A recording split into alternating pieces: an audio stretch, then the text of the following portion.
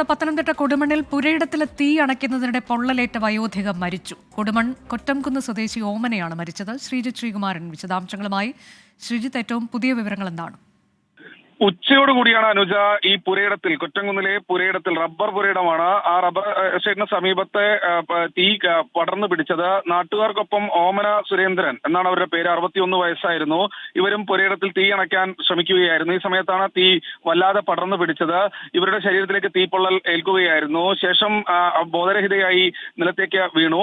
അങ്ങനെ ഏതാണ്ട് ഒരു 50% പൊള്ളലേറ്റതോടുകൂടി ബോധരഹിതയായി വീഴുകയായിരുന്നു. ഇവരെ പെട്ടെന്ന് തന്നെ ആശുപത്രിയിലേക്ക് എത്തിക്കാനുള്ള ശ്രമമൊക്കെ നടത്തി. പക്ഷേ കൊണ്ടുപോകും വഴി മരിച്ചു എന്നാണ് മനസ്സിലാക്കുന്നത്. ഫയർഫോഴ്സ് അധികൃതർ അടക്കം ഇപ്പോൾ അവിടെ സ്ഥലത്ത് എത്തിയിട്ടുണ്ട്.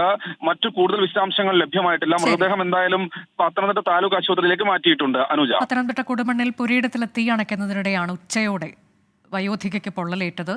ഓമനയാണ് അല്പസമയം മുൻപ് മരിച്ചത്. 50%-ലേറെ പൊള്ളലേറ്റു എന്നതാണ് ശ്രീജിത്ത് ശ്രീകുമാരൻ നൽകിയ വിവരം.